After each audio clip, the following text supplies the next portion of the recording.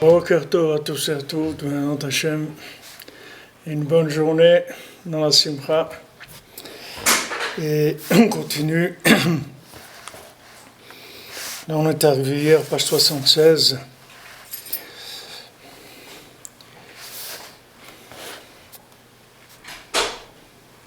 Alors, on est arrivé hier dans la première colonne, page 76, où on était en train de mettre en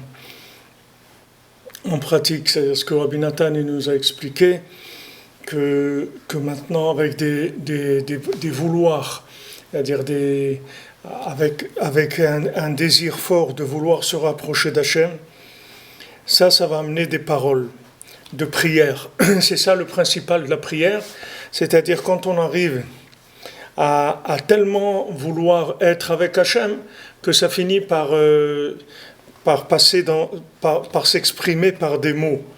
C'est-à-dire les mots, les mots, c'est la finalité d'un sentiment de vouloir très fort se rapprocher d'Hachem.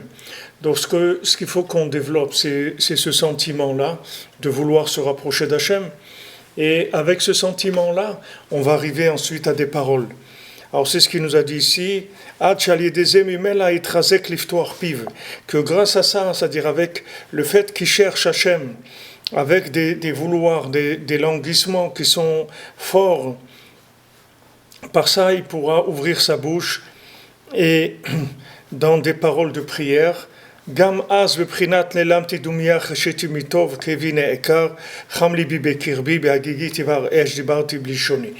que maintenant, malgré que je me trouve dans l'obscurité, mais le fait que maintenant je veux me rapprocher d'Hachem, ça va me donner des paroles qui vont me permettre de sortir de cette obscurité, c'est-à-dire de commencer à parler avec Hachem et automatiquement sortir. Alors ce chemin-là, c'est-à-dire cette méthode-là, c'est elle le plus haut niveau de prière qui est tout le temps. C'est-à-dire que le plus grand niveau de prière c'est quand maintenant on a tellement envie de se rapprocher d'Hachem que ça en vient à nous donner des paroles. Alors ces paroles-là, elles sont le résultat du fait que on veut se rapprocher d'Hachem, on languit, on veut être proche d'Hachem.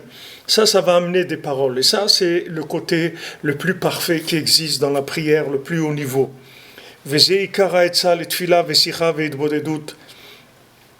Et ça, c'est le conseil principal de prière et de discussion avec Hachem, qui s'appelle la Hitbodedut, que Rabbeinu nous a dit de faire, Hitbodedut, qui Behemet, Efshar litpalel ulfaesh sichato, kem al yedei retzonot tovim vekisufim. Parce que Behemet, on ne peut pas prier tant que maintenant il n'y a pas de vouloir et de languissement de se rapprocher d'Hachem. C'est-à-dire qu'on ne peut pas dire, voilà, on va parler avec Hachem, alors qu'on n'a pas un vouloir spécial de vouloir se rapprocher d'Hachem. Si on n'a pas ce vouloir-là, on ne peut pas arriver à s'exprimer. C'est-à-dire on ne peut s'exprimer que s'il y a eu une préparation avant. Cette préparation, c'est une préparation de vouloir.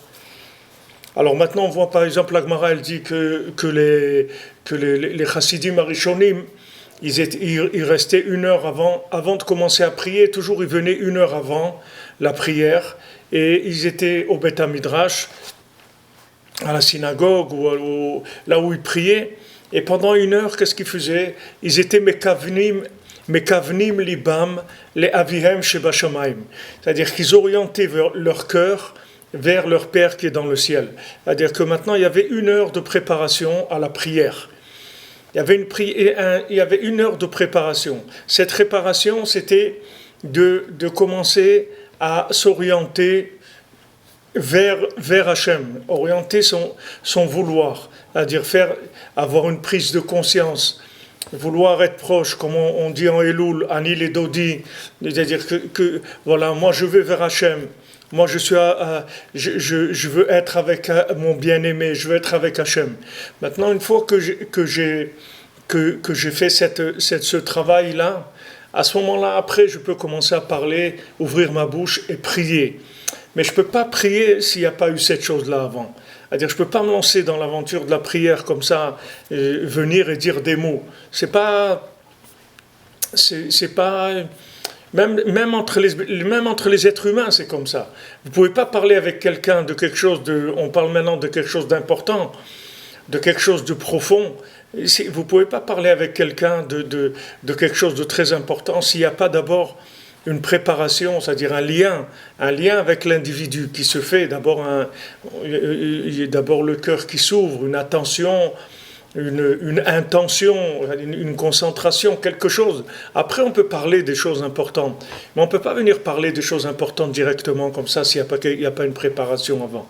Maintenant, pour pouvoir prier, la plupart des gens ils sont loin de la prière parce qu'ils ne savent pas que la prière, ça demande une préparation. Ils pensent que la prière, on va venir, on va dire, voilà, on a fait la prière, c'est-à-dire on a dit ce qui est écrit dans le recueil de prières, ou dans les psaumes, ou dans les Bodédoutes et tout. On est venu, on a parlé avec Hachem, on lui a dit, voilà, tu demandes pardon si j'ai fait des bêtises, et voilà, je voudrais être quelqu'un de bien, me rapprocher de toi, je voudrais être plus patient, plus joyeux, plus généreux, plus attentif, avoir plus de compassion pour les gens qui souffrent, etc. Mais ça, tout ça, c'est des titres de journaux. C'est pas des trucs c'est pas quelque chose il faut vivre ces choses-là. Avant maintenant de les dire, il faut les vivre d'abord.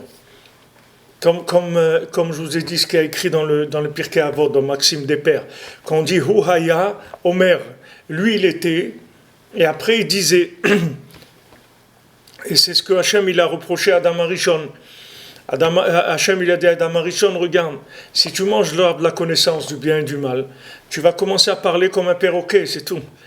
Tu vas être un perroquet. Tu vas pas être un homme vrai. Tu veux être un homme vrai, il faut que tu vives d'abord la chose, après tu en parles.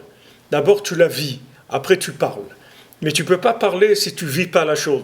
Parce que si tu ne vis pas la chose, c'est un perroquet, c'est tout. Qu'est-ce qui fait le perroquet?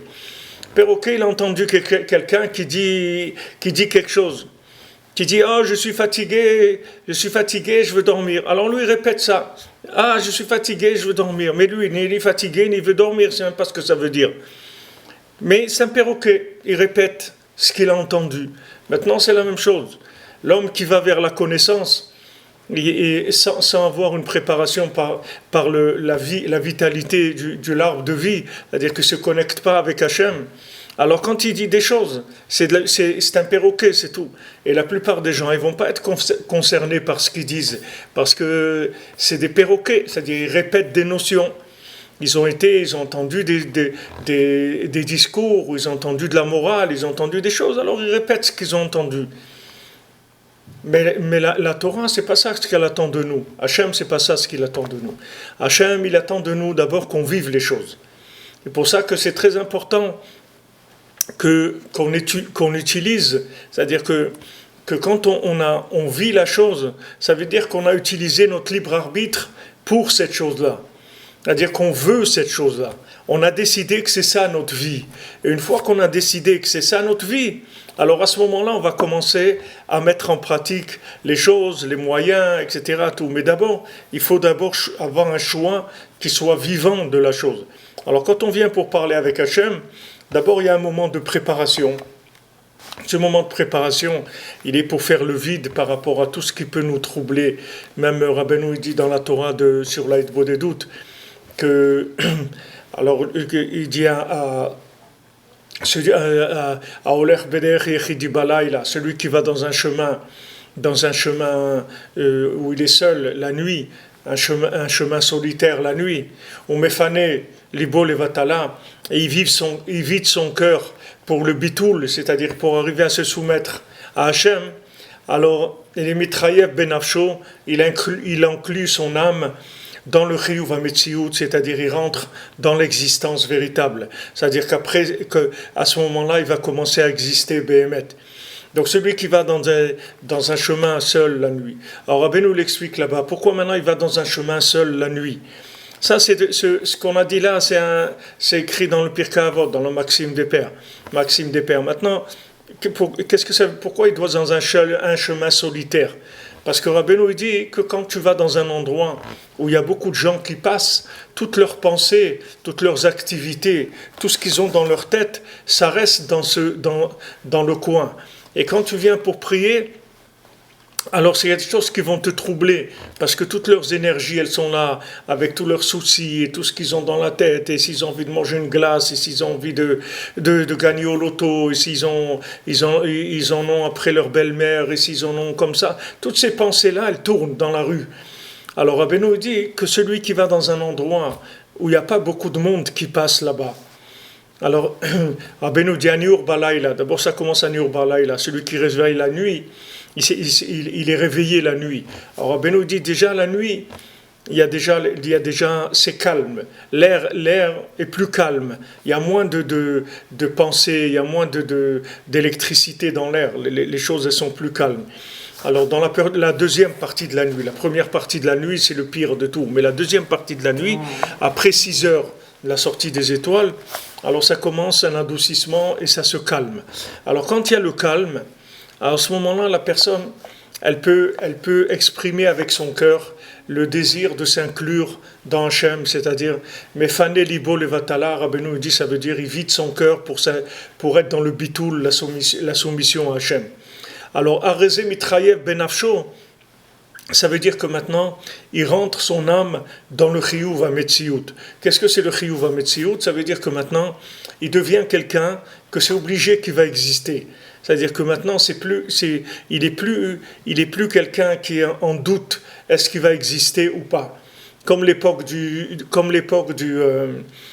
Maboul, l'époque où il y a eu le déluge. Quand il y a eu le déluge, le monde pouvait retourner au néant complètement. Maintenant, à partir du déluge, jamais le monde ne retournera au néant, c'est terminé. C'est-à-dire, vous pouvez être sûr que l'histoire du monde, elle va bien se terminer et que Mashiach il va venir et qu'il y aura une réparation de tout le monde.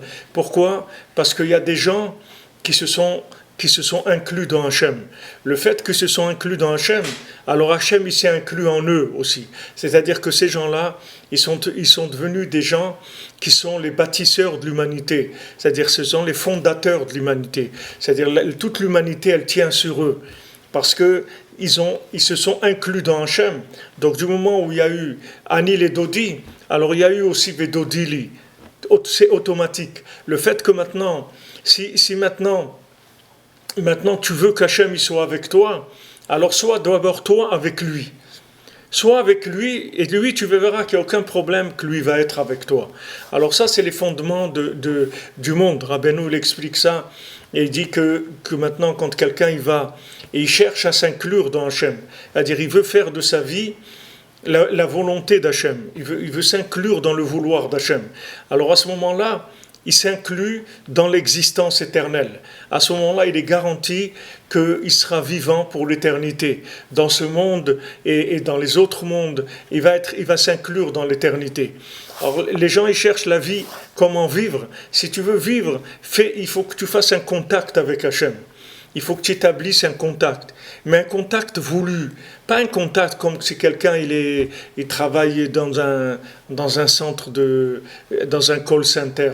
C'est pas c'est pas un call center que maintenant on appelle, on dit voilà monsieur, voilà votre téléphone, on a remarqué qu'il marche pas bien et tout. Alors le gars dit non, pourquoi il marche bien? Il dit mais des fois vous entendez pas des trucs et tout. Il dit ouais des fois ça arrive. Il dit vous voyez, je sais, c'est pour ça que nous on vous propose un forfait comme ça, il commence à... Maintenant, là, il y a des doutes aussi, il y a des gens qui font des doutes comme ça. C'est-à-dire, il vient et il commence à débiter des paroles devant Hachem, etc. Hachem, il dit, attends, avant que tu parles avec moi, tu es avec moi? Est-ce que tu es avec moi? Avant que tu te mettes à parler, est-ce que d'abord tu es avec moi? Est-ce que tu veux être avec moi? Est-ce que maintenant, tu as envie d'être avec moi? Alors d'abord, développe cette envie-là d'être avec moi. Et après, tu vas voir, on va parler. Et après, c'est même pas toi qui vas parler. Après, c'est Hachem qui va parler dans ta bouche. C'est même pas toi qui va parler. Après, les paroles, c'est Hachem qui va les mettre dans ta bouche.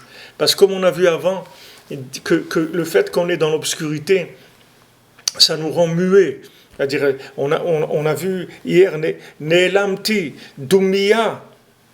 Ne'elam tidoumiya, c'est-à-dire je suis devenu muet, je suis dans le silence. C'est-à-dire l'obscurité que je veux, elle m'a rendu silencieux. Combien de gens, ils n'arrivent pas à parler, ils sont dépressifs, ils sont seuls, ils veulent parler avec personne. Pourquoi? Parce qu'il y a une telle obscurité que la personne, elle n'a plus du tout le koach hadibour, elle n'a pas du tout envie de parler avec qui que ce soit. Donc maintenant, Hachem, il te dit, regarde, sois avec moi, et tu vas voir que moi je vais t'ouvrir la bouche, tu vas voir que ta bouche elle va se mettre à parler. Mais sois d'abord avec moi, viens passer un moment avec moi, consacre-moi du temps, consacre-moi de l'attention, consacre-moi de l'affection, de la reconnaissance, tout ça. Et tu verras qu'après, ta bouche elle va s'ouvrir et tu vas commencer à parler. Alors ça, il dit que c'est ça la shlemout de la tfila. La perfection de la tfila, c'est celle-là. C'est pas que maintenant quelqu'un vient et il débite des paroles.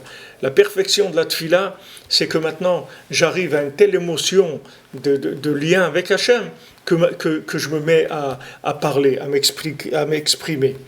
C'est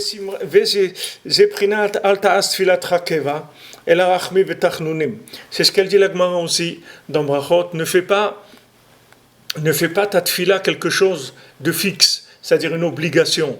Fais ta tfila, ta prière, il faut que ce soit des tachnounim, des tachanounim, c'est-à-dire que tu fais des rachamim et des tachanounim, c'est-à-dire des supplications et de demander la miséricorde d'Hachem. Il faut que tu aies un lien miséricordieux avec Hachem. C'est là où il s'est trompé Moshe Rabbeinu. Moshe Rabbeinu, quand il a frappé le rocher pour faire sortir pour faire sortir l'eau, pour faire sortir la Torah du rocher, il a frappé. Hachem lui a dit, tu vas parler avec le rocher. Et Moshe Rabbeinu, il a dit, il a frappé le rocher. Qu'est-ce que ça veut dire qu'il a frappé le rocher? C'est-à-dire que Moshe Rabbeinu, il a utilisé tout ce qu'il avait fait dans sa vie de bien pour de ça en tirer la Torah. Mais la Torah, c'est pas comme ça qu'elle doit venir. Rabbeinu dit dans le côté moral que c'est écrit à Narod Bavel. Il dit quand on dit dans Tehillim à Narod Bavel, sur les rivières de Bavel, Rabbeinu dit que le Talmud Babli, le Talmud de Bavel, il a été écrit à Neharot, il a été écrit avec des fleuves de larmes. Ne croyez pas que quand vous voyez la Gemara, ne vous imaginez pas des intellos qui sont assis avec des chemises blanches et des cravates et des lunettes, des Ray-Ban ou je sais pas quoi, avec un téléphone, un iPhone 7 et qui sont en train d'étudier la Gemara. C'est pas comme ça qu'elle s'est faite la Gemara. La Gemara, elle s'est écrite avec des fleuves de larmes. C'est avec ça qu'elle s'est écrite la Gemara. Parce que s'il n'y a pas des larmes, s'il n'y a pas un sentiment profond pour Hachem, toute la compréhension que vous pouvez amener dans le monde, c'est de la compréhension de cuisine. C'est pas de la compréhension qui vient des mondes supérieurs. La compréhension des mondes supérieurs, elle descend qu'avec des larmes. Sinon, on peut pas. Une fois, Rabbeinu, il a donné son talit, il a offert à quelqu'un. Il a offert son talit gadol, le talit avec quoi il faisait la prière, il a offert à quelqu'un. Et il lui a dit, tu sais, fais attention à ce talit parce qu'il m'est très cher. Parce qu'autant tu vois qu'il y a des fils dans ce talit, autant j'ai versé de larmes pour comprendre qu'est-ce que c'est la mitzvah des tzitzit, la mitzvah de talit. Ne crois pas que j'ai compris que cette mitzvah-là en réfléchissant sur des textes. C'est pas en réfléchissant, c'est en pleurant devant Hachem, en lui demandant, je t'en prie Hachem, donne-moi accès à la compréhension de ce que c'est des tzitzit. Rabbi Nathan, il a dit la même chose à Rav Nachman Tulchiner. Rav Nachman Tulchiner, c'était le Talmid, c'était l'élève de Rabbi Nathan. Il y avait Rabbeinu, il a eu comme élève Rabbi Nathan, et Rabbi Nathan, il a eu comme élève Rav Nachman Tulchiner, que c'est lui qui a continué la dynastie, si vous voulez, je ne sais pas comment on appelle ça, mais la suite de Breslev, c'est Rav Nachman Tulchiner, c'était lui l'élève de Rabbi Nathan, c'est lui qui était tout le temps chez lui, et c'est lui qui a reçu la smicha de Rabbi Nathan, c'est-à-dire que Rabbi Nathan, il lui a dit que c'est lui qui continuait. Et Rav Nachman Tulchiner, il avait un fils qui s'appelait Avram ben Rav Nachman. Alors, Rabbi Nathan, quand il faisait les Sukkot, c'était Rav Nachman Tulchiner qui lui construisait sa soukha. Alors une fois, quand ils étaient à table le soir de Sukkot, alors Rav Nachman Tulchiner, il soupirait et il disait, qu'est-ce qu'on ressent, comment c'est merveilleux ce qu'on ressent dans la soukha, quand toute la journée on a travaillé pour construire la soukha. Alors le soir on se sent bien dans la soukha, on a fait la soukha, c'est merveilleux, etc. Alors Rabbi Nathan, il lui a dit, tu sais pas ce qu'on ressent dans la soukha, quand toute la journée on a pleuré, on a demandé à Hachem, je t'en prie, fais-moi goûter la soukha. Je ne sais pas ce que c'est la soukha, fais-moi goûter la soukha. Rabbi Nathan, dans tous ses enseignements, il y a cette chose-là, c'est-à-dire que c'est vrai, on fait la mitzvah avec les mains, on construit, on met des décorations, on se casse la tête, tout ça, ok. Mais est-ce que maintenant, c'est la soukha, c'est quelque chose qui est important pour toi? Tu as envie de goûter la soukha? Tu as envie de goûter, comme quelqu'un avec sa femme. Il y a des gens, ils offrent à leur femme. Elle veut une paire de chaussures, il lui offre, il veut un sac, elle lui offre, elle veut des vacances, elle lui offre, etc. Et il dit, mais elle est jamais contente. Parce que la femme, c'est pas.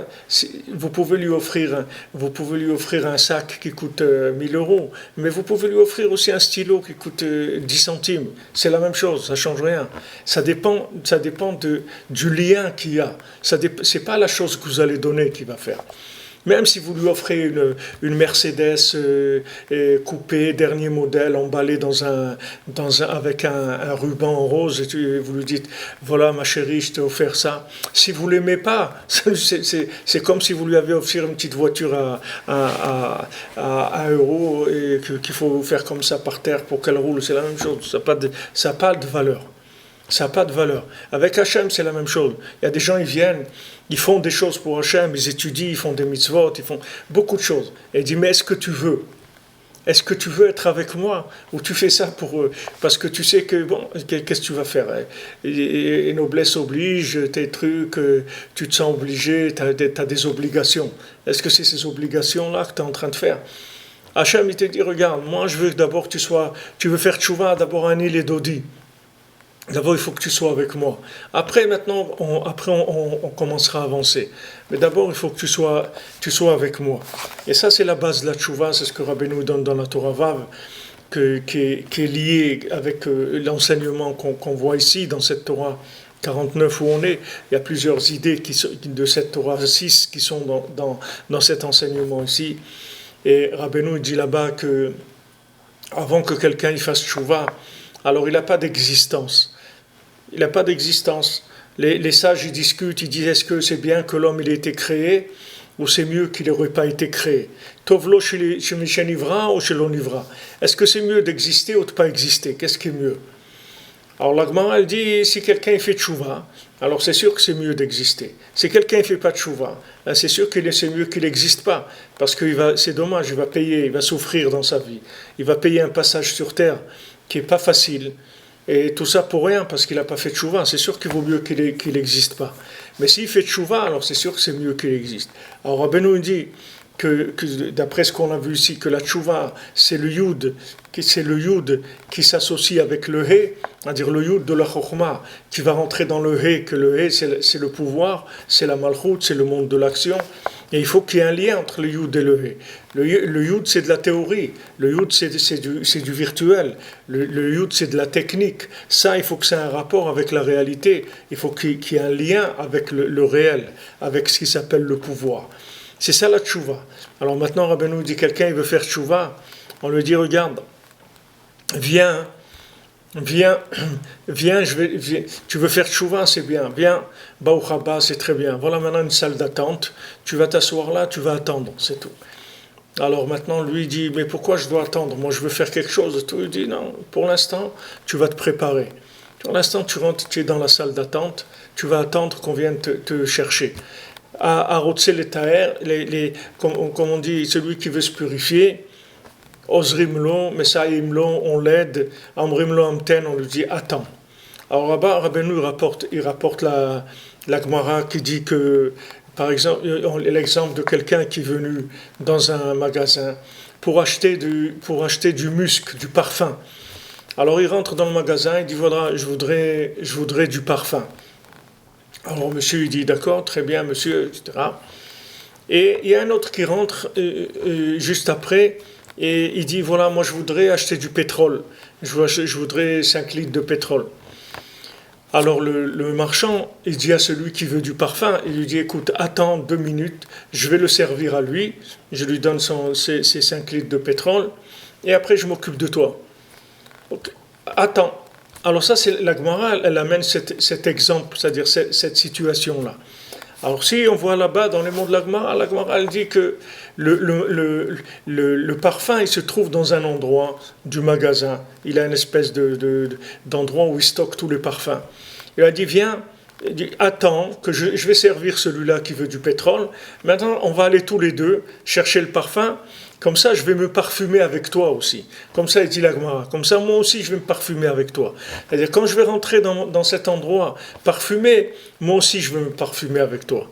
Alors, ça veut dire que maintenant, il y a deux façons de faire tchouva. Il y a celui qui vient acheter du pétrole, c'est-à-dire, il est venu acheter du combustible.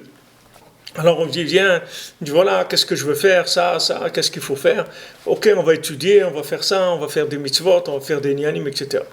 Maintenant, celui qui veut vraiment faire tchouva, alors Hachem lui dit, regarde, attends, parce que je vais me parfumer avec toi. C'est-à-dire que moi, je veux que tu fasses une tchouva, où tu sois avec moi. C'est ça le principal. C'est pas maintenant ce que tu vas faire, que tu as étudié 5 pages ou 20 pages ou 50 pages. Moi, je veux que tu sois avec moi. Je veux qu'on soit ensemble. C'est ça le principal de la tchouva. Et pour ça, il faut que tu attendes. Pourquoi il faut que tu attendes? Parce que cette attente-là, c'est elle qui va te permettre de te préparer à être avec moi. Il n'y a pas une plus grande preuve de vouloir que l'attente. L'attente, c'est la plus grande preuve que tu veux quelque chose. Plus tu es capable d'attendre, plus ça veut dire que tu veux la chose. Plus tu attends quelqu'un, plus ça veut dire que tu l'aimes. Plus tu es capable de l'attendre. Si maintenant tu es impatient, tu veux que ça marche tout de suite, ça veut dire que maintenant il y a un intérêt. Et cet intérêt, il fait qu'il y a un laps de temps que tu es capable d'investir. Mais plus que ce laps de temps, tu peux pas investir plus que ça. Mais si maintenant tu aimes Béhémet, tu n'es pas pressé. Tu attends. Parce que cette attente-là, elle-même, c'est un lien. L'attente, c'est un lien avec la personne. C'est un lien avec Hachem. Le fait qu'on attend Hachem, qu'on attend qu'Hachem il nous ouvre les portes, ça c'est un lien. Et Moshe Rabbeinu, quand il a tapé le rocher, c'est là où il s'est trompé. C'est-à-dire qu'il a pensé qu'avec toutes les bonnes actions qu'il avait faites, Rabbeinu, il dit là-bas que le bâton de Moshe Rabbeinu, c'est le mathéos, c'est-à-dire c'est le bâton de la force, du pouvoir de l'individu. Comme quelqu'un qui a un bâton qui représente le roi ou qui représente le bâtonnier, comme on dit. Celui qui a un pouvoir, il a un bâton qui représente ce pouvoir. Maintenant, Moshe Rabbeinu, avec toutes les bonnes actions qu'il avait faites, il avait un pouvoir. Maintenant, il a utilisé ce pouvoir pour faire sortir l'eau du rocher. Hachem, il a dit, je veux pas ça. Moi, je veux que tu utilises que la parole, c'est tout. Je veux pas que tu utilises ton pouvoir. Je veux que tu crées un lien avec moi et que je te donne à travers le lien, pas parce que tu mérites des choses. Moi, je veux pas que tu viennes du côté que tu mérites. Tu viens pas avec des droits. Écoute, moi, voilà, je suis Shomer Shabbat, j'ai fait des mitzvot, j'ai fait ça. Et alors, j'ai des droits. J'ai des droits parce que, voilà, je suis quelqu'un qui est en accord avec la loi d'Hachem. Donc, j'ai des droits. Hachem, il veut pas te donner des choses avec des droits. Hachem, il veut que ta tfila, ça soit que des tachanonim. Il faut pas que ça soit keva. Le mot keva, ça veut dire en même temps fixe, obligation, mais ça veut dire voler aussi. Que le lien de Vekavou Nefesh, ils ont volé des gens, ils ont kidnappé des gens. Keva, ça veut dire voler aussi. Parce que quand maintenant tu utilises le droit, avec ça, tu voles la chose. Qu'est-ce que ça veut dire tu voles la chose? Ça veut dire que tu prends la chose, mais sans Hachem. Tu peux prendre la chose sans Hachem. Quelqu'un il dit, moi j'ai des droits. Vous comprenez? Moi j'ai le droit. Moi je suis un juif, j'ai le droit de vivre en Israël. Je suis un juif, j'ai le droit de vivre en Israël. C'est la terre promise. Hachem, il a promis à nos ancêtres, donc j'ai mes droits de vivre en Israël. Hachem, il veut pas que tu vives en Israël parce que tu as des droits. Hachem, il veut que tu vives en Israël parce que tu l'aimes, parce que tu veux être proche de lui. C'est pour ça qu'il veut que tu vives en Israël. C'est pas parce que tu as des droits. Et c'est pour ça que Moshe Rabbeinu, quand il a frappé le rocher, Hachem lui a dit, tu rentreras pas en Eretz Israël. Pourquoi tu rentreras pas en Eretz Israël? Parce que la terre d'Israël, tu vas pas apprendre à mes enfants que la terre d'Israël, on va l'obtenir avec des droits. Il n'y a pas de droits en Israël. Quand Abraham Avinu, il a demandé à Hachem, comment je vais savoir que je vais hériter de la terre d'Israël? Quand Abraham il a dit à Hachem il a dit, je vais te donner la terre d'Israël. Et Abraham Avinu il a dit, comment je vais savoir que je vais l'hériter? Dès qu'il a dit ça, Hachem il lui a dit, tes enfants ils vont être esclaves 400 ans en Égypte. Parce que quand ils vont être 400 ans en Égypte, et ils vont sortir d'Égypte, ils vont comprendre qu'avec moi, il n'y a pas de droit. Moi, je veux que ce que vous me demandez toujours par affection, par miséricorde. Je ne veux pas que vous veniez avec des droits. Il n'y a pas de droit. Je ne veux pas un rapport de droit. Je veux un rapport d'affection. Un rapport où vous venez et vous me dites, s'il te plaît, Hachem, laisse-moi rentrer, c'est tout. Laisse-moi rentrer dans la Kedusha, laisse-moi rentrer dans Eretz Israël, laisse-moi étudier la Torah, laisse-moi être proche de toi, je te demande gratuitement, je veux du gratuit, je veux que ça soit uniquement par bonté que tu me donnes les choses. J'ai aucun droit. Alors Rabbeinu il insiste sur ça, que la prière, elle doit être sans aucun droit, parce que quand tu viens avec des droits, les maasés, c'est comme si tu es un voleur. Pourquoi tu es un voleur? Parce que tu as utilisé le système qu'il a mis Hachem pour obtenir des choses. Hachem, il a mis un système qui s'appelle les mitzvot de Bnei Noach ou les 613 mitzvot. C'est un système. Ce système-là, si tu fonctionnes bien dedans, tu as le droit d'obtenir des choses. En tant que personne qui est un bon citoyen, c'est-à-dire un bon exécutant des lois qu'Hachem il a demandé. Mais Hachem, c'est pas par cet angle-là qu'il veut que tu viennes. Il veut que tu fasses les lois, c'est sûr, mais il veut que tu fasses les lois parce que tu l'aimes, parce que tu veux être proche de lui. C'est pas parce que maintenant, à travers ça, tu vas avoir des droits qui vont te permettre d'obtenir des choses. Donc Hachem, il veut que tu viennes vers lui avec uniquement une attitude de quelqu'un qui demande la miséricorde. Pour ça que Rabbeinu, le conte qu'il a raconté des 7 mendiants, vous voyez, c'est tous des mendiants. Parce que ça veut dire, c'est pas qu'ils étaient pauvres. Au contraire, c'était les hommes les plus riches de la planète. Mais seulement, ils avaient toujours une attitude de pauvre par rapport à Hachem. Quand ils venaient demander à Hachem, ils demandaient toujours comme des pauvres. Vous voyez, David Ameller, toujours il vient et demande à Hachem comme un pauvre.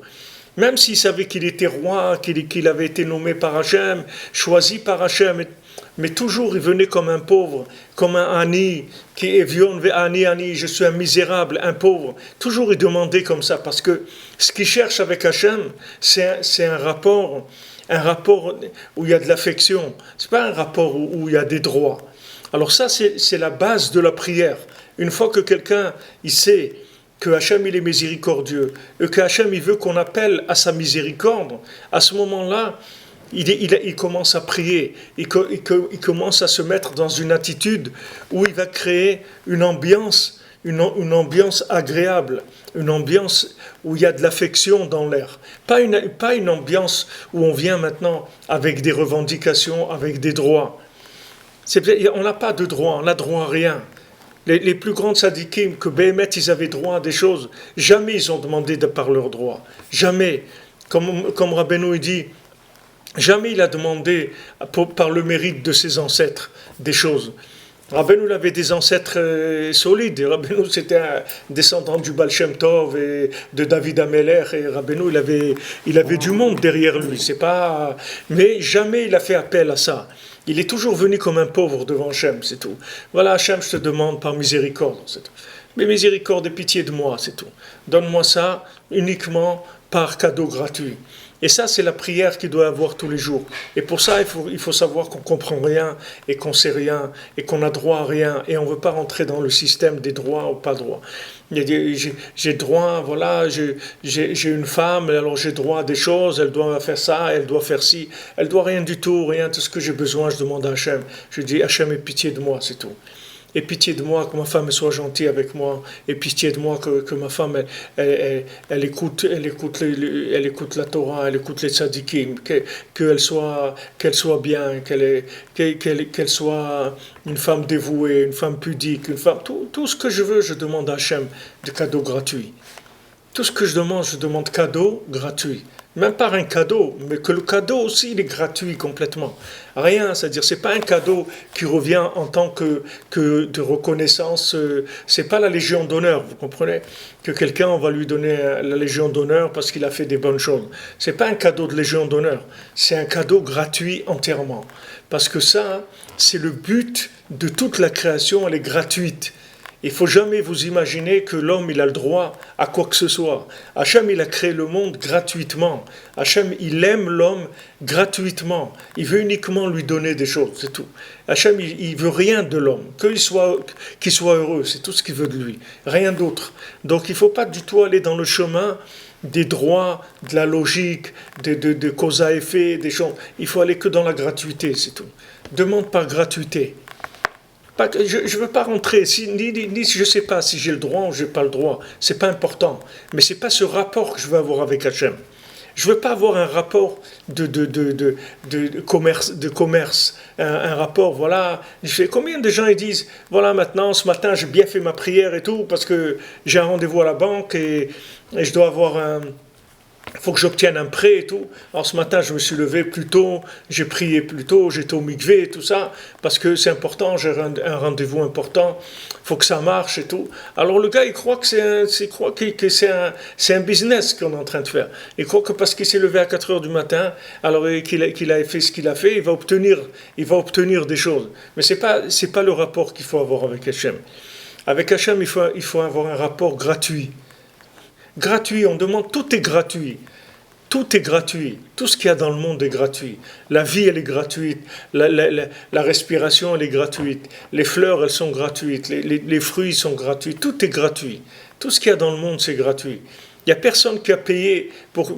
Même si quelqu'un il exploite des vergers et des vignobles et des trucs, mais c'est pas lui qui a créé le raisin. Vous comprenez? C'est pas lui qui a créé la première pomme du monde. C'est pas lui qui l'a créé. Lui il vit avec des applications sur ça. Mais c'est pas lui qui a créé la base. Tout est gratuit. Tout ce qu'il y a dans le monde est gratuit. Hachem, il veut qu'on ait un rapport gratuit avec lui. Alors ça c'est le principe de la prière, qui ne soit pas une prière de vol. Il faut que ce soit une prière uniquement de miséricorde. Alors pour que ce soit une prière de miséricorde, on est obligé de se connecter affectivement avec Hachem avant de commencer à prier. Donc on va lire des choses qui vont nous aider. Soit c'est des livres avec des histoires de tzadikim, ou des histoires du Tanakh, des histoires de Shmuel, de David Ameller, de Shlomo Ameller, comment il a construit le Beth Amikdash, de lire des choses qui réveillent le cœur et qui donnent envie de se rapprocher d'Hachem. Et après, on va commencer la prière. Une fois que le cœur s'est ouvert, après, on va commencer à prier. Mais il y a beaucoup de gens, ils n'ont pas le temps. Alors, ils attaquent directement la prière. Mais la prière directe comme ça, c'est pas du tout, c'est pas ça. C'est bien, tout est bien, tout ce qu'on fait pour Hachem, c'est bien. Partout il y a du bien, mais c'est pas du tout la perfection. On est loin de la perfection. On est loin quand on vient faire des récitations. On est très loin de la perfection. Alors c'est ce qu'elle dit la Gemara, Alta se tfilatra keva. Ne fais pas de ta prière quelque chose d'une obligation fixe. Ne vole pas avec ta prière. רק שאף על פי כן בכרח לתקן תפילות שיהיו חובה בשביל המונם, כי בלא זה לא יתפללו כלל. Mais malgré ça, on a été obligé d'instaurer des prières pour que les gens ils gardent un lien avec la prière. Sinon les gens ils vont plus prier du tout.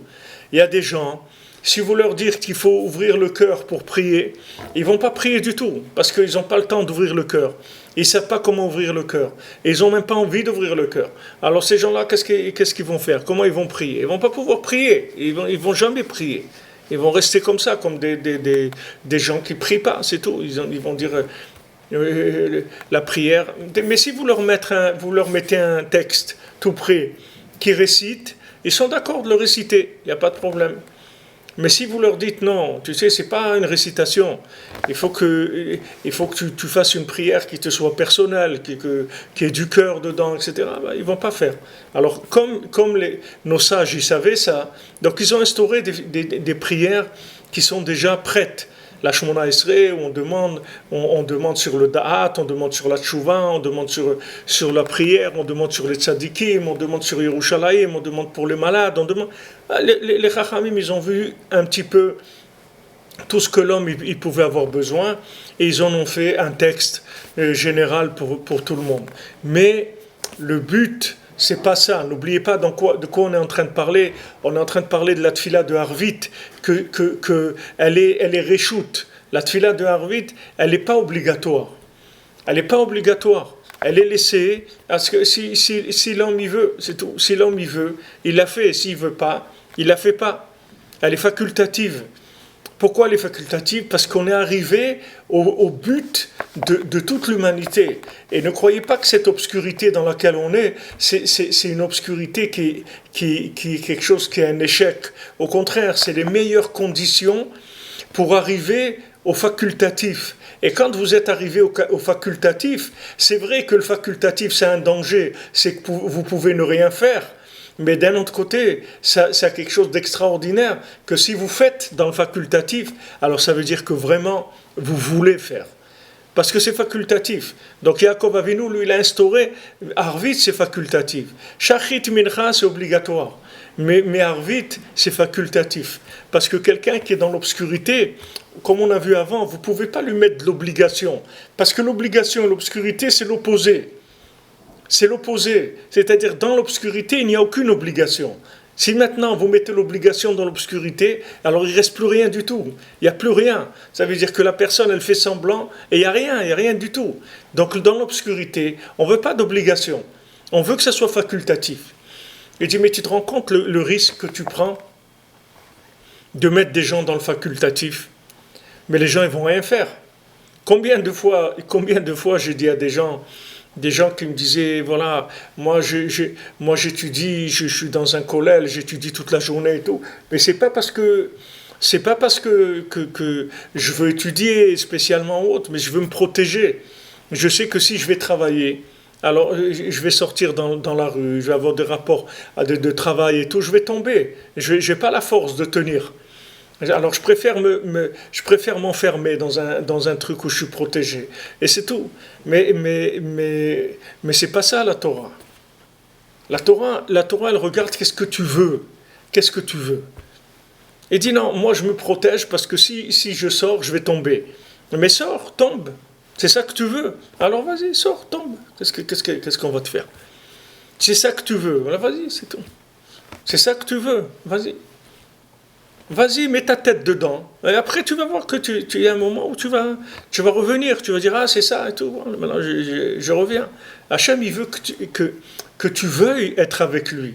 Il ne veut pas maintenant que tu crées des systèmes où tu vas te mettre en marge de la vie et de l'existence. Il veut que tu rentres dedans. Tu rentres dedans et là-bas, tu montres qu'est-ce que tu veux. Où tu veux arriver. À quoi tu veux arriver. Qu'est-ce qui t'intéresse? Comme je vous dis hier, quoi? Vos, quoi? Ma. Qu'est-ce que tu veux? Qu'est-ce que tu veux? Qu'est-ce que tu veux? Pourquoi tu es là? Qu'est-ce que tu veux? Tu es venu en Israël, qu'est-ce que tu veux? Tu veux quoi? Tu attends quoi d'Eretz Israël? Tu es dans la Torah, tu attends quoi de la Torah? Tu veux quoi? C'est ça qu'Hachem, il veut que tu lui dises. Qu'est-ce que tu veux? Et Hachem, ça ne l'intéresse pas que tu fasses semblant. Pardon. Hachem, ça ne l'intéresse pas que tu fasses semblant. Hachem, il veut que ce que tu fais, que tu aies envie de le faire, c'est tout. Parce que sinon, l'histoire du monde, elle ne sert à rien. Toute l'histoire qu'Hachem il a mise en place, toute la création, elle ne vaut rien du tout, s'il n'y a pas du vouloir. Donc, ne croyez pas que les conditions d'aujourd'hui, ce sont des conditions qui ne sont pas bonnes. C'est les meilleures conditions qui aient jamais existé, parce qu'il va rester que du vrai, que du vouloir. Et celui qui ne voudra pas, il ne s'en sortira pas. C'est tout.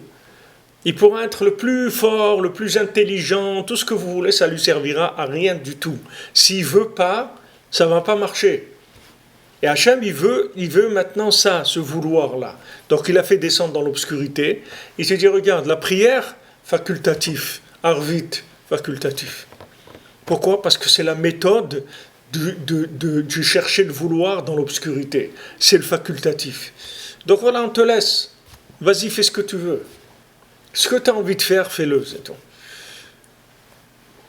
Fais ce que tu as envie. Mais nous, du ciel, on veut que des choses qui soient voulues par l'homme. Donc le système, c'est pas du tout le même. Donc il dit ici, Rabbi Nathan, il faut bien qu'on mette des prières toutes prêtes, parce que les gens, ils vont pas prier du tout. Aval Yaakov, Shorid et Atzmo d'Asof. Mais Yaakov Avinu, que lui, il est descendu jusqu'au fond. C'est-à-dire qu'il a été au plus profond de l'obscurité, de la destruction, de la folie, de l'imagination, de tout. Il est descendu au fond, Yaakov Avinu, de ce qu'on est en train de vivre nous maintenant. Adikvot Mshicha, jusqu'au talon de Mashiach, là où on se trouve aujourd'hui. Ouasak Beikar Atikun. Lui s'est occupé de mettre en place le système principal, c'est-à-dire de mettre en place les outils principaux de la Géoula. Shuprinat Filat Arvit Reshut, que c'est le principe que la prière de Arvit, elle est facultative. Elle est facultative. Alors les gens, ils ont peur du facultatif. Vous savez, il y a beaucoup de gens. Il y a beaucoup de gens pour qui Yom Kippour, c'est beaucoup plus facile pour eux que Purim. Parce que Yom Kippour, c'est pas difficile. Yom Kippour, vous allez à la synagogue, vous mettez dans un coin, comme on dit, vous coincez votre bulle dans un coin avec votre talit et votre sidour, et vous savez que vous avez 12 heures à passer, et une fois qu'elles vont être passées, vous sortez, vous rentrez chez vous, vous mangez, et on passe à autre chose. Il n'y a rien à faire de spécial, parce que c'est déjà réglé, tout est. Mais Purim, c'est autre chose. Purim, il n'y a rien. Il n'y a rien. Tu as lu la Megillah, ok, c'est bien. Après, qu'est-ce que tu fais? Fais ce que tu veux. Mais quoi, fais ce que tu veux? Dis-moi des trucs. Non, je ne te dis pas. Cherche-moi, c'est tout. Cherche-moi. Mais à quoi tu ressembles? Je ne sais pas. Déguise-toi, peut-être ça va être ça. Alors déguise-toi en Esther, déguise-toi en Achashverosh, déguise-toi en policier, déguise-toi en... Je ne sais pas. Déguise-toi en François Hollande, en Obama, en Ben Laden, ce que tu veux. Déguise-toi. Et tout. Mais peut-être c'est ça, peut-être c'est pas ça, je ne sais pas. C'est quoi? Je ne sais pas ce que c'est. Je ne sais pas ce que c'est pour eux. Je ne sais pas. Cherche, débrouille-toi. Débrouille-toi. Mais c'est qui est vrai? C'est Haman ou c'est Mordechai? Je ne sais pas. Mais c'est pas possible. Dis-moi quelque chose. Qu'est-ce que je fais? Je ne dis pas quoi faire. Débrouille-toi, cherche. C'est tout. Alors Purim, il y a des gens, c'est une angoisse pour eux terrible.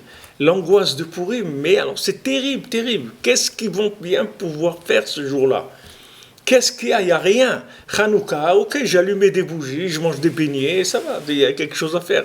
Ça y est, on a terminé, on a allumé les bougies, ça dure une demi-heure, on mange 2-3 beignets, shalom, truc, et c'est bon, la vie continue, la routine continue.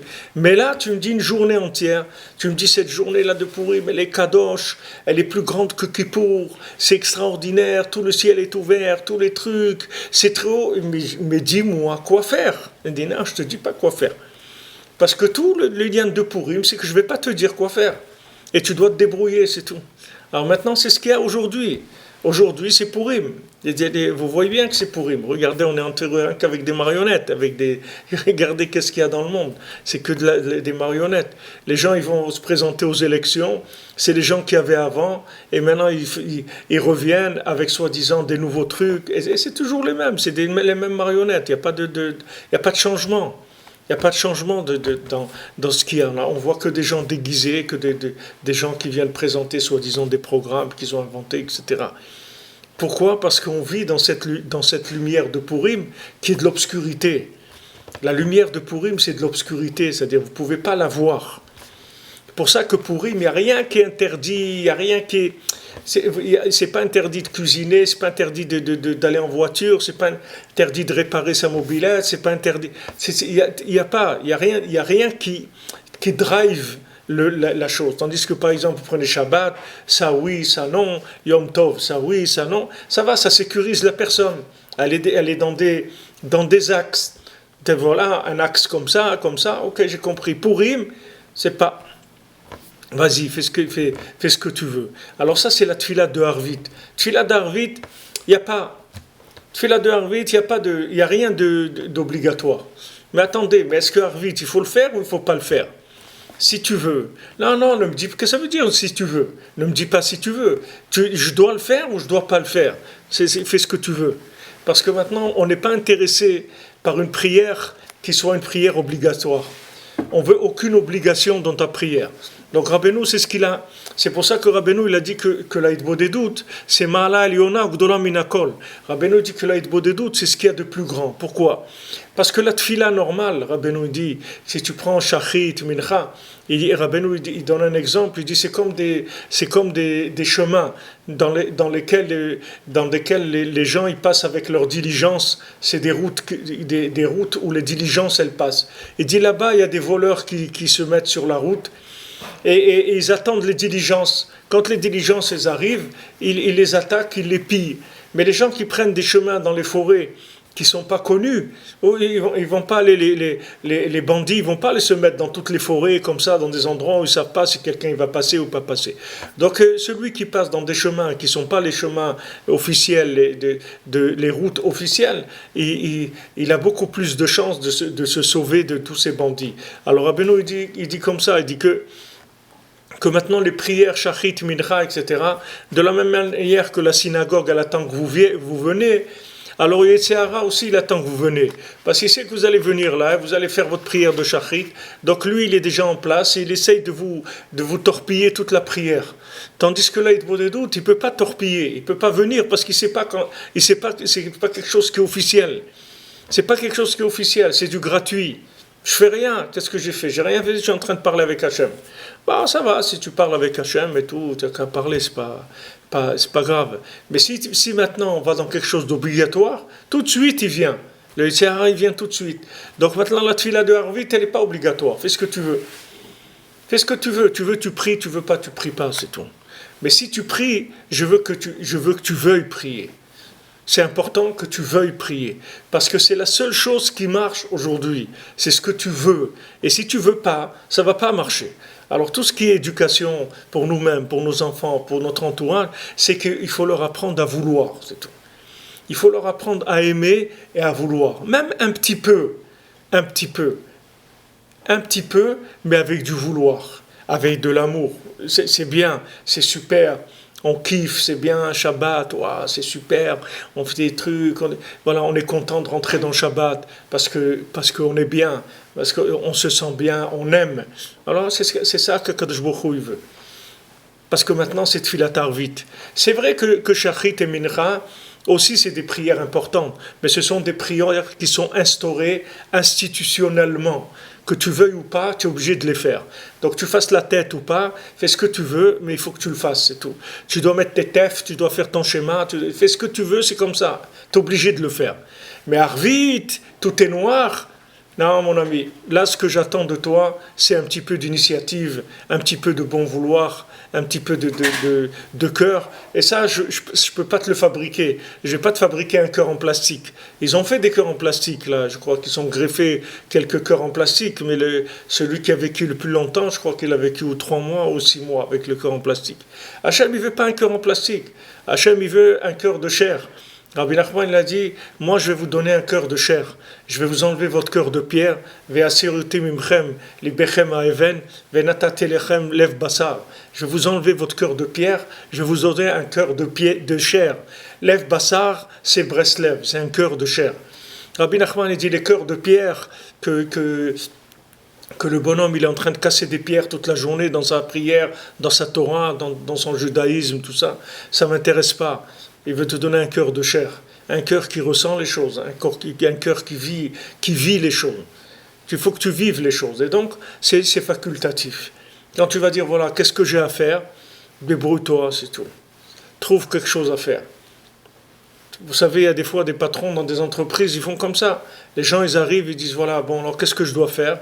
Et il dit, vas-y, tourne dans l'usine, regarde qu'est-ce que tu peux faire. Je dis, non, mais attendez, moi je suis venu pour travailler, dites-moi ce que je dois faire. Je dis, non, je ne vais pas te dire ce que tu dois faire. Va tourne, regarde, observe et dis-moi qu'est-ce que tu penses que tu pourrais faire ici. Alors le gars, il va, il tourne, il regarde, parce que si maintenant il lui dit ça, le bonhomme, il est obligé de mettre son cœur dedans.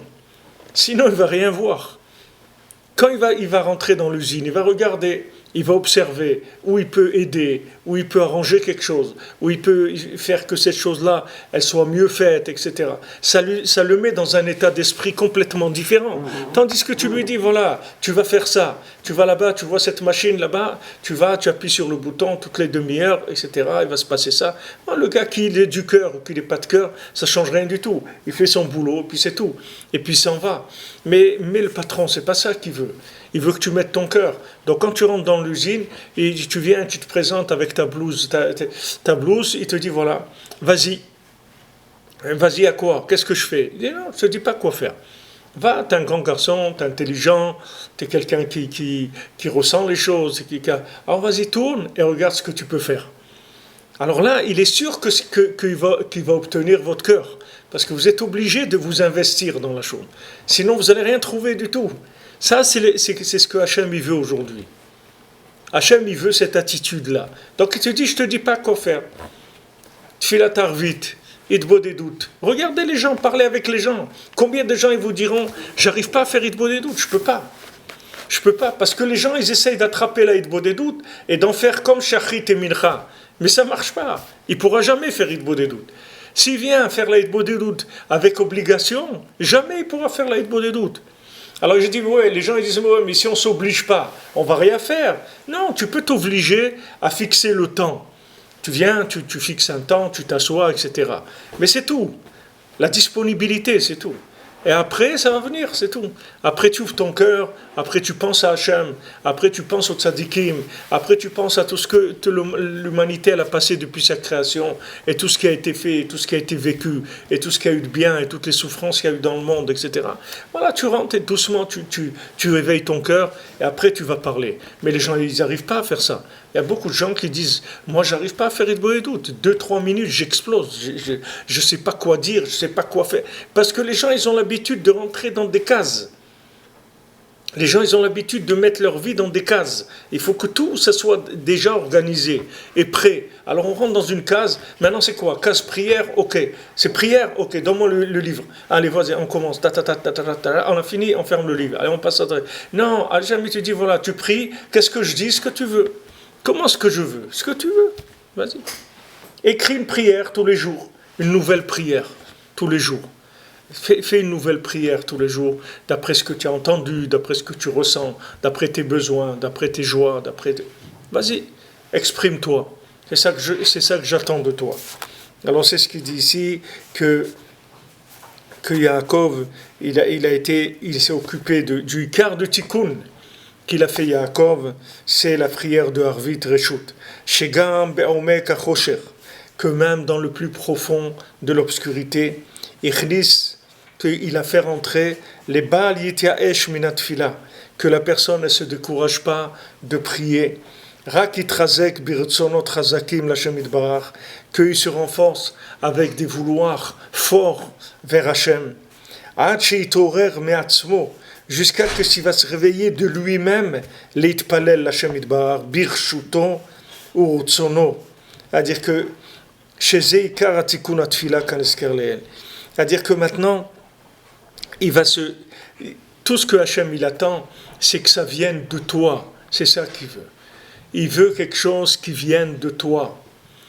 Vous avez un petit enfant, il vous amène un dessin qu'il a fait lui-même. C'est un dessin, il a la tête qu'il a le dessin, mais c'est lui qui l'a fait. Tandis que si maintenant le petit enfant il va au magasin, il achète un dessin qui vendent au magasin et vous amène et vous l'offre, vous aussi vous pouvez aller l'acheter, c'est rien du tout, ça n'a pas de valeur. Mais si maintenant il vous amène un truc que lui-même il a fait, n'oubliez pas qu'on est dans un monde où on nous enlève ça complètement, on a enlevé l'initiative humaine complètement. Combien de gens aujourd'hui, ils portent un vêtement que quelqu'un il leur a fait? Avant il y avait ces pulls qu'on portait ou ces vestes qu'elles faisaient les mamans ou les tantes ou les grands-mères, elles vous tricotaient un pull pour l'hiver ou une veste comme ça. Qu'est-ce qu'ils étaient niflas ces pulls-là, ces vestes, c'est extraordinaire. Vous rentreriez là-dedans, combien d'amour il y avait là-dedans, c'était tellement personnalisé, c'était tellement personnalisé. On aimait mettre ces pulls, ces vestes, c'est extraordinaire. Aujourd'hui, vous allez, tac, allez, le pull que vous achetez, il est fait par quelqu'un qui n'en a rien à faire du pull, ni de vous, ni de rien du tout. Vas-y, c'est l'usine. Donc tout est comme ça. Tout est dépersonnalisé, il n'y a pas de cœur, il n'y a rien du tout. Après, vous étonnez que les gens, c'est des morceaux de bois.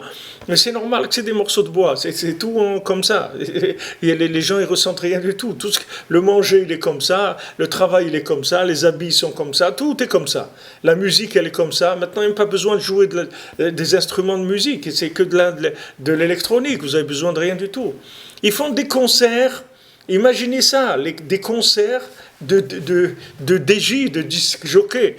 C'est des concerts et il y a des milliers de gens qui viennent pour écouter un gars qui va passer de la musique. C'est pas lui qui l'a fait de cette musique-là. C'est de la musique, et voilà, il prend de là, il assemble et les gens ils vont. Avant ça n'existait pas. Un gars qui vient, un vin qui se met sur scène et vous passe des disques, mais il n'y a pas besoin. Tu dis et tout. Moi j'achète le disque et je l'écoute chez moi, pas besoin de toi. Non. Les gens, ils écoutent un disque jockey. Qu'est-ce qu'il fait? Il est en train de leur mettre... Et il y a des milliers de gens. Ils sont là. Waouh, c'est super. Qu'est-ce qu'il a fait? Il n'a rien fait du tout. Avant, ça n'existait pas. Il fallait des musiciens qui montent sur scène et qui aient quelque chose à faire passer. Que les gars, ils ont intégré quelque chose. Ils ont digéré quelque chose. Ils ont ressenti quelque chose. Ils le renvoient au public. Aujourd'hui, pas besoin de ça. Tout est vide. Tout est comme ça. Tout est vide. Et même ceux qui font de la musique, 80% c'est des effets d'électronique et des trucs et tout. Il y a pas. Tout le système entier, il est comme ça. Alors les individus sont complètement désabusés. Après, ils s'étonnent qu'ils vont faire des tours en Syrie ou en Afghanistan pour essayer de faire un peu de action, ressentir un petit peu des choses, avoir un petit peu de l'impression qu'ils sont en train de faire un petit peu des choses, ou des sports extrêmes, ou n'importe quoi. Parce que les gens, ils ont besoin de ressentir quelque chose, de vivre quelque chose. Alors Rabbi Nachman, il nous dit, regardez, priez, parlez avec Hachem. Parlez avec Hachem. Investissez-vous à parler avec Hachem tous les jours. Ayez un rapport avec Hachem, mais un rapport de cœur avec Hachem. Et avec ça, Rabbi Nachman dit, il n'y a aucun niveau au monde auquel vous ne pourrez pas arriver grâce à ça. Tous les niveaux du monde. Parce que comme il dit ici, Béhémet, il y a beaucoup à dire sur ces quelques mots-là. On peut parler des heures sur les quelques mots qu'il dit ici. Parce que ce sont des choses extraordinaires. Combien on a besoin de ça? Combien on a besoin d'entendre ça? Tous les jours, on a besoin d'entendre ça. Qu'est-ce qu'il veut Hachem? Chez Torer Meatzmo, que l'homme il se réveille de lui-même pour prier vers Hachem. Avec son choix à lui, avec son ratson à lui. Voilà, Hachem, je suis venu de moi-même. Comme je vous ai dit, celui qui a fait la chaise de Rabbeinu, le Shochet qui a fait la chaise de Rabbeinu, quand Rabbeinu lui a dit combien de temps ça t'a pris, il a dit une demi-heure ou une heure pendant 6 mois, tous les jours. Il lui dit alors tu as pensé à moi tous les jours pendant une demi-heure ou une heure. Rabbeinu, il n'a pas regardé la chaise, même si la chaise elle est belle, etc. Mais il sait que comme c'est un artiste, c'est-à-dire que c'est un homme qui s'est mis à tailler cette pierre-là, cette chaise, dans le bois, avec des petits outils pour dessiner des oiseaux, des trucs, etc. Mais ça, c'est que du cœur, c'est tout. C'est-à-dire que voilà, il essayait je vais faire quelque chose de beau pour le rêver, une belle chaise, etc. Rabbeinu lui a dit, tu as pensé à moi. Tu as pensé à moi. Hachem, il te dit, tu es venu faire Hitbodedut. Tu as pensé à moi, mais c'est extraordinaire. Tu as pensé à moi. Hachem, il dit, tu viens faire Hitbodedut, ça veut dire que tu penses à moi. Maintenant, tu fais Shachrit Mincha, ça ne veut pas dire que tu penses à moi. Ça veut dire que tu es obligé, c'est tout, il n'y a pas Mais maintenant, tu viens faire Hitbodedut. Qui est-ce qui t'a demandé de faire Hitbodedut? Qu'est-ce qui t'a obligé? Personne. Personne ne t'a obligé. Rabbi Nachman, il te conseille, il te dit, voilà, c'est ce qu'il y a de plus élevé. Hitbodedut ima'ala elyonak dolam minakol, c'est la chose la plus élevée qui est. Mais il te dit pas, tu es obligé. Alors quand tu viens faire la Bodedut déjà, quand tu viens t'asseoir, passer un moment avec Hachem, Hachem il dit, tu es venu passer un moment avec moi, tu as choisi de prendre de ton temps pour venir t'asseoir avec moi un moment. C'est extraordinaire. C'est extraordinaire. C'est quelque chose de merveilleux. C'est merveilleux que tu es là avec moi. Et pendant la Bodedut, tu essaies de te concentrer, de ne pas penser à n'importe quoi, de rester concentré sur ce rendez-vous avec Hachem. Tu fais Anil et Dodi, tu rentres vraiment dans le rendez-vous avec Hachem. C'est ton rendez-vous avec Hachem, c'est tout. Dites voilà, je dois aller, j'ai un rendez-vous. Dites, mais avec qui? J'ai un rendez-vous avec Hachem. Alors les gens, vous leur dites ça, vous allez voir, ils vont se moquer de vous. Ils vont commencer à rigoler. Ou ils rigolent, ou bien ils appellent le SAMU pour vous mettre à l'hôpital psychiatrique. C'est tout. Mais tu as envie c'est ça qu'Hachem veut de nous. Là, il vous le dit ici. Il t'horaire me'atzmo de lui-même. Birshuto. Birchuto, ça veut dire que maintenant, c'est son choix personnel, c'est sa personnalité à lui, c'est lui qui a choisi ça. Retsono, c'est ça qu'il veut. Chez Ikar Tikkun Atfila, que c'est ça le Ikar de l'outil de la prière. L'outil de la prière, c'est ça le principal. Cette disponibilité d'abord, de temps. Comme les gens disent, time is money, time is bodedut, time c'est la bodedut. C'est-à-dire, c'est ça la valeur du temps. Quoi, j'ai consacré du temps à Hachem. Hachem il dit, tu es venu passer un moment avec moi, mais c'est extraordinaire. Comment je te remercie que tu es venu passer un moment avec toi. Tu as choisi dans tes 24 heures, un quart d'heure, une demi-heure, que tu viens t'asseoir et être avec moi, discuter avec moi. Mais c'est la chose la plus élevée qu'il y ait jamais eu dans le monde. Rabbeinu dit, Ma'ala Eliona Ugdola Minakol. C'est le plus grand niveau qui existe. Quoi, tu es venu me consacrer ton temps. Tu es libre de faire ton temps de ce que tu veux. Tu peux aller faire 2-3 parties de flipper ou n'importe quoi. Non, il est venu, il s'est assis et il dit, voilà Hachem, je suis venu passer un moment avec toi. Je suis là avec toi. Je voulais te dire que voilà, j'aime la vie que tu m'as donnée, j'aime ce que tu me donnes. Et j'aime le fait que je t'ai découvert, que j'ai découvert Rabbi Nachman, que j'ai découvert ces merveilles-là. C'est beau, c'est ça. Mais ça, il n'y a pas plus grand que ça. C'est la chose la plus élevée qui existe. Bezrat Hashem. Be'atzlacha, les amis, bonne journée. Merci pour votre présence et votre écoute. On se retrouve, Bezrat Hashem, demain.